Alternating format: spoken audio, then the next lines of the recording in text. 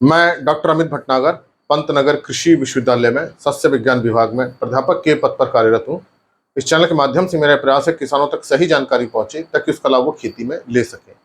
आज जो मैं चर्चा करना चाहता हूँ तो यह है कि हम अपनी फसलों में लगातार रासायनिक उर्वरकों का प्रयोग करते हैं तो मिट्टी पर, हमारे खेत पर उसका क्या असर आता है।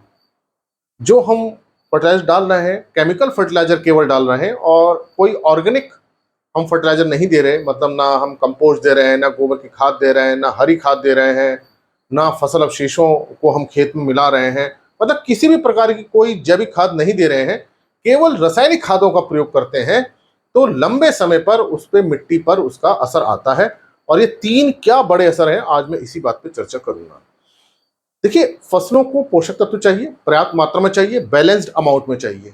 जो पोषक तत्व हैं उनकी मात्रा पर्याप्त होनी चाहिए और सभी पोषक तत्वों का एक बैलेंस होना चाहिए। ना तो कोई पोषक तत्व ज्यादा होना चाहिए, ना कोई कम होना चाहिए। अब जब हम यूरिया, डीएपी इस तरह के फर्टिलाइजर का प्रयोग करते हैं तो इससे केवल नाइट्रोजन और फास्फोरस जाता है, और एमओपी का प्रयोग करते हैं तो पोटेशियम जाता है, मिलता है खेत में, और जिंक सल्फेट का प्रयोग करते हैं तो जिंक और सल्फर मिलता है। लेकिन अगर हम दूसरे तत्वों को देखें, जैसे कैल्शियम है, मैग्नीशियम है, आयरन है, मैग्नीज है, कॉपर है, ये नहीं मिलते। तो या हम बहुत कम इनका प्रयोग करते हैं। तो इससे, केमिकल फर्टिलाइजर से जो सबसे बड़ी समस्या ये आती है कि न्यूट्रिएंट इम्बैलेंस हो जाता है। बहुत मात्रा में कुछ न्यूट्रिएंट चले जाते हैं, जैसे नाइट्रोजन बहुत चला जाता है, फास्फोरस बहुत चला जाता है, लेकिन माइक्रोन्यूट्रिएंट्स नहीं पहुंच पाते। तो सबसे बड़ा जो मिट्टी पर जो असर आता है वो न्यूट्रिएंट इम्बैलेंस, जिसे हम कह सकते हैं इंग्लिश में इसे असंतुलन हम कह सकते हैं, कि पोषक तत्वों के बीच में इम्बैलेंस हो जाता है। खासतौर से जो सूक्ष्म पोषक तत्व हैं उनकी मात्रा नहीं मिल पाती है, जिससे कि हम जो उत्पादन है हमारा कम रहता है। चाहे हम कितना अच्छा बीज लगाएं, दवा लगा लें, पानी लगा लें, वीडिंग कर लें, घास निकाल लें, कीट बीमारी रोक लें, लेकिन कुछ पोषक तत्वों की कमी हो जाती है। तो जो केमिकल फर्टिलाइजर है, खासतौर से यूरिया, डीएपी, एमओपी का हम लगातार प्रयोग कर रहे हैं और दूसरे हम खाद नहीं दे रहे हैं, तो ये एक बहुत बड़ी समस्या है कि एडिक्वेट अमाउंट जो है, पर्याप्त मात्रा जो दूसरे पोषक तत्वों की वो नहीं हो पाती। तो असंतुलन जिसे हम कह सकते हैं, पोषक तत्वों के बीच में असंतुलन की समस्या आती है। तो ये एक बहुत बड़ा कारण है। और हम जानते हैं कि किसी भी पौधे को अच्छी उपज देने के लिए, पूरा जीवन चक्र पूरा करने के लिए 17 पोषक तत्वों की आवश्यकता होती है। अब केमिकल फर्टिलाइजर्स हम 2, 3 या 4 या 5 ही पोषक तत्वों को दे रहे हैं, बाकी पोषक तत्व नहीं पहुंच पाते। इस कारण से मिट्टी में इन पोषक तत्वों की कमी होने लगती है। पहले न्यूट्रिएंट इम्बैलेंस होता है, फिर न्यूट्रिएंट डेफिशिएंसी होने लगती है। पहले तो मात्रा कम होगी और फिर इसके बाद चूंकि हम कुछ पोषक तत्वों को नहीं दे रहे, उनकी डेफिशिएंसी, कमी आने लगेगी और फिर उत्पादन में कमी आ जाती है। तो एक बहुत बड़ा ये एक असर आता है मिट्टी में कि कुछ पोषक तत्व हमारी मिट्टी में धीरे धीरे खत्म हो जाते हैं, क्योंकि उनको हम नहीं दे रहे हैं, क्योंकि केमिकल फर्टिलाइजर के माध्यम से 2 या 3 या 4 ही पोषक तत्वों देते हैं। और ये जो समस्या आती है, खास तौर से जो माइक्रोन्यूट्रिएंट्स हैं, जैसे आयरन है, zinc, copper, manganese, boron, molybdenum, इनकी कमी देखी जा रही है। यही कारण होता है कि सब कुछ अच्छा करने के बाद भी अच्छा उत्पादन नहीं मिल रहा, क्योंकि इन पोषक तत्वों की कमी हो रही है, क्योंकि हम इनके केमिकल फर्टिलाइजर नहीं दे रहे हैं या इन पोषक तत्वों को नहीं दे रहे हैं। तो ये सबसे बड़ा असर है। दूसरा असर यह है कि जो हम केमिकल फर्टिलाइजर देते हैं उसमें कोई ऑर्गेनिक मैटर नहीं होता। कोई ऐसा केमिकल फर्टिलाइजर नहीं है, सिंथेटिक फर्टिलाइजर नहीं है जो मिट्टी के अंदर ऑर्गेनिक मैटर देता हो। ना urea, DAP, MOP, zinc sulphate, ferrous sulphate, copper sulphate, कोई भी है, जिप्सम है, कोई भी हमारा फर्टिलाइजर है, किसी के अंदर भी कोई जैविक पदार्थ नहीं होता है। सब सिंथेटिक केमिकल फर्टिलाइजर्स हैं। तो इस कारण से जब हम लगातार केमिकल फर्टिलाइजर का प्रयोग करते हैं तो हमारे खेत के अंदर जो ऑर्गेनिक मैटर की कमी होने लगती है, जिसे हम जैविक पदार्थों की कमी होती है। तो ये एक बहुत बड़ा कारण है कि हमारे खेत में ऑर्गेनिक मैटर, ह्यूमस इसलिए कम हो रहा है क्योंकि हम लगातार केवल रासायनिक उर्वरकों को डाल रहे हैं और हम जैविक खाद दे ही नहीं रहे, हरी खाद नहीं कर रहे, या कंपोस्ट नहीं दे रहे, गोबर की खाद नहीं दे रहे, वर्मी कंपोस्ट नहीं दे रहे, या दूसरी प्रकार की जो जैविक खाद हो रही है उसको भी नहीं दे रहे। तो इससे हमारे खेत में जैविक पदार्थों की कमी होती है।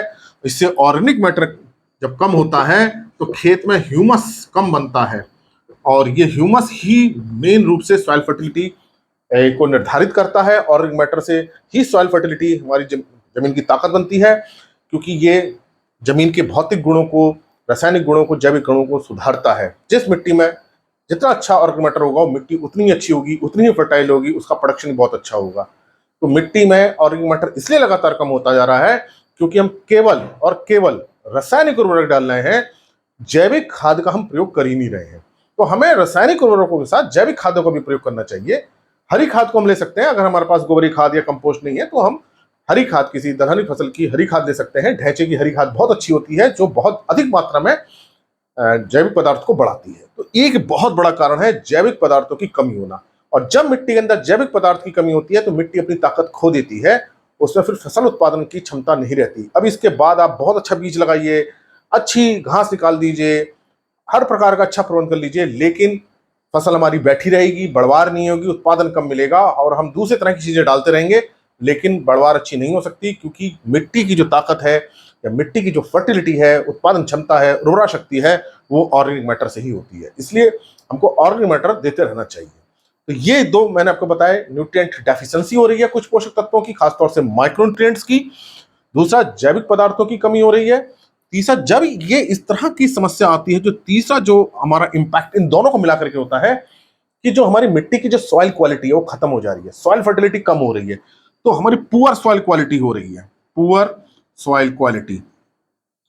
क्यों? क्योंकि ना तो उसमें न्यूट्रिएंट्स हैं सही ढंग से, पर्याप्त मात्रा में नहीं है, कुछ की कमी हो गई है, जैविक पदार्थ नहीं है।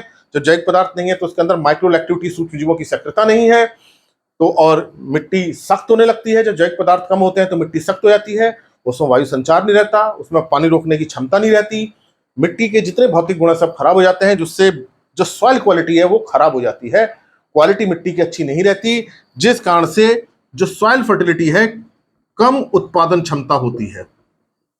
तो सॉइल फर्टिलिटी कम हो जाती है और मिट्टी की कम उत्पादन देती है इस तरह की मिट्टी। तो ये तीन बहुत बड़े असर देखने को मिल रहे हैं कि न्यूट्रिएंट डेफिशिएंसी हो रही है, ऑर्गेनिक मैटर की डेफिशिएंसी हो रही है और सॉइल क्वालिटी दिन पे दिन कम होती जा रही है, जिससे उसकी जो उत्पादन क्षमता है, या हम कह सकते हैं soil fertility, soil productivity, soil health, soil quality, इसको हम सब एक मान सकते हैं कि अब ये सब लगातार गिर रही है, हेल्थ कम होती जा रही है और इन सभी के कारण ही उत्पादन क्षमता क्या हो रहा है, कम हो रही है और हमें उतना अच्छा उत्पादन नहीं मिल पाता जितना मिलना चाहिए। इसलिए अगर आप केवल रासायनिक उर्वरकों के ऊपर ही निर्भर हैं तो आप लंबे समय में देखेंगे हमारे खेत की उत्पादन क्षमता कम होती जाएगी और हम इनपुट बढ़ाते जाएंगे, खेती का खर्चा बढ़ाते जाएंगे, अलग अलग तरह के स्प्रे करेंगे, बहुत चीजें डालेंगे, लेकिन वो फसल अच्छी नहीं हो पाएगी क्योंकि जो बेसिक है, जो हमारा मूल है, जो हमारी मिट्टी है, वो उसकी क्वालिटी ही खराब हो गई है, उसकी हेल्थ ही डिटोरेट हो गई है, वो अच्छी हेल्थ में नहीं है। तो अब फसल कमजोर रहती है। तो इसलिए हमको रासायनिक उर्वरकों के साथ साथ जैविक खादों का प्रयोग करना चाहिए और इसको हम बोलते हैं integrated nutrient management, INM। Integrated मतलब मिला के करना, न्यूट्रिएंट मैनेजमेंट पोषक तत्व प्रबंध, कि हम जैविक और रासायनिक दोनों खादों का प्रयोग करें। जैविक खाद भी हम दें और रासायनिक खाद भी हम दें, एक बैलेंस दें, ताकि हमारी मिट्टी की क्वालिटी अच्छी बनी रहे और कोई इसमें न्यूट्रिएंट डेफिशिएंसी ना हो। ये मेरी बात आपकी समझ में आई होगी कि किस तरह से केवल रासायनिक उर्वरकों के प्रयोग से मिट्टी हमारी खराब हो रही है और इस मिट्टी को हमें बचाने के लिए जैविक खादों का प्रयोग करना चाहिए। इसी तरह के लेक्चर्स को देखने के लिए आप कृषि किसान प्लेलिस्ट देखिए, और भी बहुत सारे प्लेलिस्ट हैं एग्रीकल्चर कोर्सेस रिलेटेड, आप उनको भी देख सकते हैं। और अगर चैनल सब्सक्राइब नहीं किया तो सब्सक्राइब कीजिए। धन्यवाद।